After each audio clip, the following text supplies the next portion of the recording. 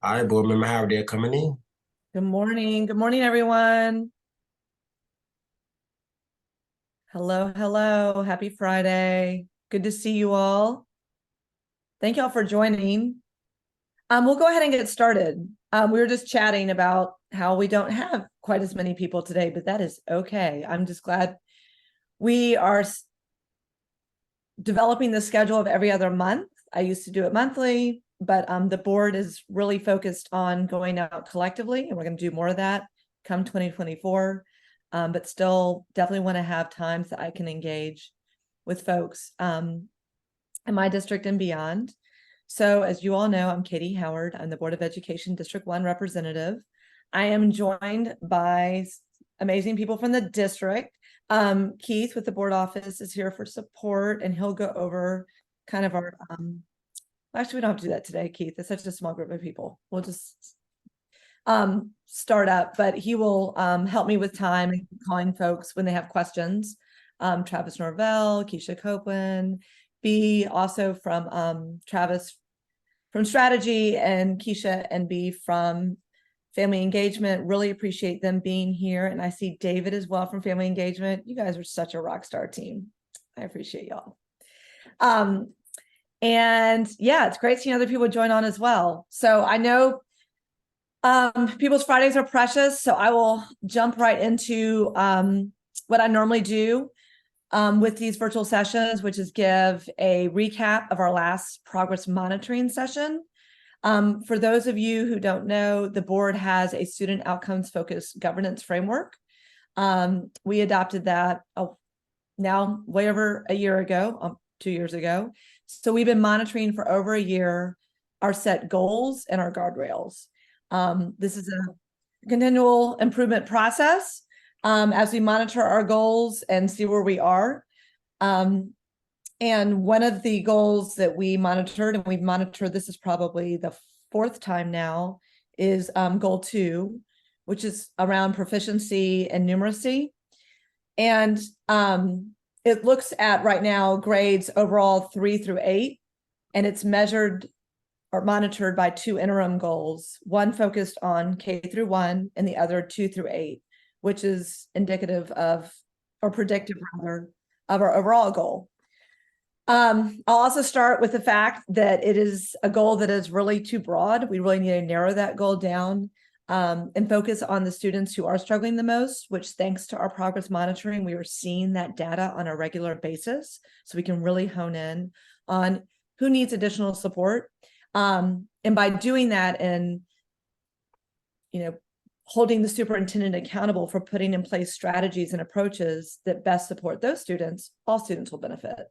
So that is the purpose of the student outcomes focused governance work, to really look laser focused at student outcomes, what's happening for our students, focusing in on who needs the most support and putting in strategies and approaches to support them, which overall benefit everyone. The good news is there has been some growth, especially around first grade, even though we're looking at numbers that are still too low and percentage-wise in projected proficiency. There's been a 10-point percentage gain, so that's good. Kindergarten, there was a little bit of drop. There typically will be when you're looking and measuring or checking in on students' progress. We use the MAP assessment to see where students are, and that gives us real-time data.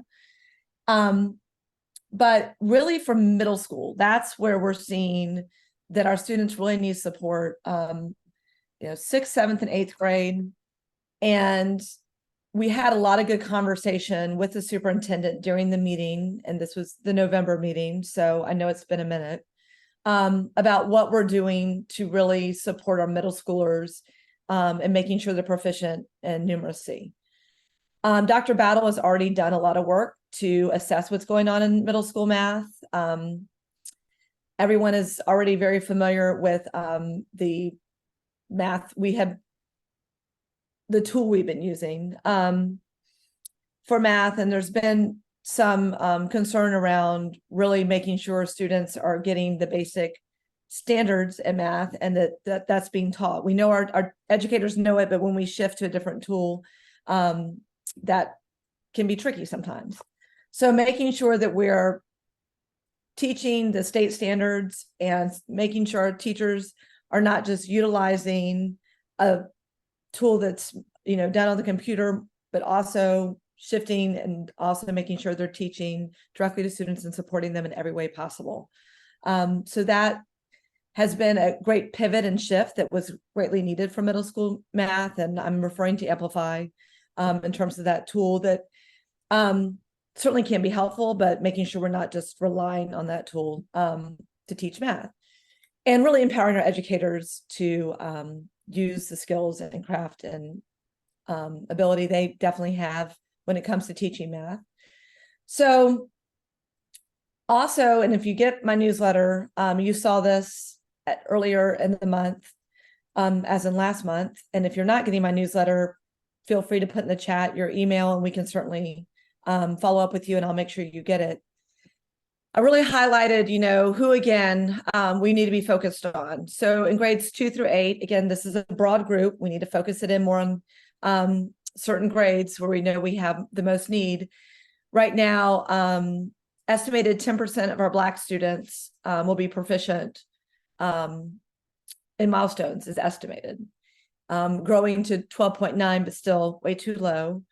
Students with disabilities, economically disadvantaged, students with disabilities in the single digits, economically disadvantaged around 10%. So we have a lot of work to do, but it's very important that we're looking at this data on a regular basis. We're asking questions of the superintendent as to what she is doing to address these needs for our students. And it's also a time of opportunity to really make sure that we're empowering our educators to best support these students, which in turn will support all students better. So that is my quick recap of our last monitoring session around Goal 2, numeracy proficiency, and the focus between grades 3 through 8. Monday's meeting will be on Goal 3, which is around profile of a graduate and college and career readiness. This is an interesting and exciting one to monitor, and we are still developing the best way to do that, to really make sure we're looking at where our students are and honing in on what we want our students to know and be able to do when they graduate. We've had increase in graduation rates, which is great, but it's very important that our students are really prepared for whatever pathway they choose when they leave us, be it college, career, military service, whatever it may be. And we have got to focus in with that goal on identifying what best prepares our students to leave us and to be adults who can provide for themselves, get additional education, have a career, have those important skills. And we have to know how to measure that. And we have to have really objective data around that and assessments we can look at that way. It's important to know how our students feel, but it's really important to have that objective data that we're measuring, and it's very student outcomes based. So stay tuned for Monday. You can watch us, of course, live on Facebook and hear a conversation, and I'll recap that monitoring session in my mid-December newsletter. So apologies, my schedule's a little off, but I really hope people get something out of the newsletter so they can at least see exactly what we're doing. And this is the work of the board. It is to be looking at the data of our students and where they are constantly, and then holding a superintendent accountable for that with support. Got out in the community a lot in the fall. Love being at the Benteen Park Fall Festival, the first one ever, and saw Benteen Elementary School represented. I see Clintisha on this meeting. It was great seeing you all's tent and talking with people in the community who are coming up to learn more about Benteen. It's wonderful. Also got out to the One Carver Block Party, which was awesome. It was at Carver this year, and there's so many exciting things happening at Carver. Was talking with one of the educators over there who is working with the aviation program. The students have done an incredible job of actually building a plane. And they're also having conversations with Georgia Tech about potentially like building out an aerospace engineering program at Carver, which would be phenomenal. Also saw folks with the Price Farm over there, and they're doing incredible work to get food into schools, like for kids to actually eat food that is grown right there. And families actually get to benefit from the produce at the Price Farm. And then, of course, athletics in Carver, so many great things happening always. Students are amazing. It was just a great atmosphere, a lot of alumni. There's so many proud alumni of Carver. So it's great being out there and seeing folks right out in community. Also got to give a shout out, of course, to Family Engagement for their awesome Family Engagement conference that just happened right before the break. Appreciate all their hard work and the awesome partners that showed up, and love seeing those partners out in the community working with APS on a regular basis. And I also have to give a plug for ACCA. I am now the board rep on the Atlanta College and Career Academy board, and I went to my first meeting yesterday, and it is phenomenal what is happening with ACCA. Their numbers continue to tick up. I encourage you all to spread word. It is a great option for students to get certifications, to get qualifications and experience. I mean, and they're still going to college or, you know, doing whatever career-wise, but it just gives them more options. There was a student, a graduate, he went to Midtown, he did auto mechanics program, and he's getting his bachelor's in engineering, but he's already just so prepped for that degree. And then he's also going to start his own business. Other students who are doing occupational therapy, but got that experience with physical therapy through ACCA, and can't thank the partners in the community, including the Metro Atlanta Chamber of Commerce, which is actually providing us with data so we can see where we have the most need for people in the workforce in the Metro Atlanta area, so we can match that with what we're doing at ACCA. That is huge, and that is APS. That's really tailored to us. So I will stop there. I always have more I could keep sharing, but I know people have questions, and I know there's always a lot going on. And people I see on this call, I can almost guess what you might ask about, but that's good because I'm glad we've been in touch before now. And if not, you know, ask whatever you want to, or I'm happy to share more, but I will pause there and let those folks ask questions. And Keith, you're always better at looking at the chat and people who have hands raised. So I'll pause there. So I don't see any hands at the moment. But yeah, I can keep talking about things. So who we got? We got two hands. Wonderful. So Lisa, and then we'll go to Paul. Good morning, Lisa. Good morning. Hi, I was driving at the beginning, so I might not have heard things clearly. At the beginning, when you mentioned you were going to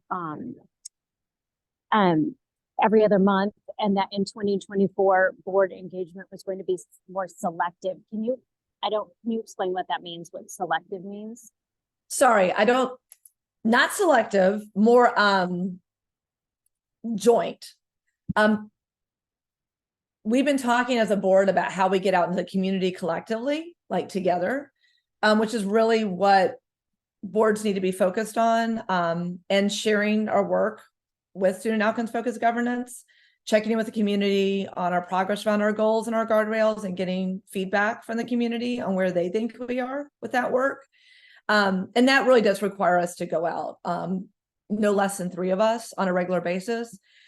I have been working on a community engagement plan that I am going to put forth to my colleagues probably, beginning of December, and get their feedback on it. And I'm on the board development committee, so that falls under the purview of that committee, and seeing how we can come up with a schedule that works for folks and we can really reach more people, meeting people where they are in the community. I propose going out in quadrants of the city 4 times a year. Board members will do their separate engagements. Like I will stick to every other month right now. I'm happy to do it, but we as a unit, because that's how we work in this work focused on students and improving their outcomes, need to go out collectively. So I was just referencing that. There's a lot more to come, so stay tuned. But yes, I was doing every month, but everyone has shifted to adjusting their meetings so we can create that space for us to go out more collectively. We haven't confirmed that schedule yet. So 2024, big things coming. So stay tuned.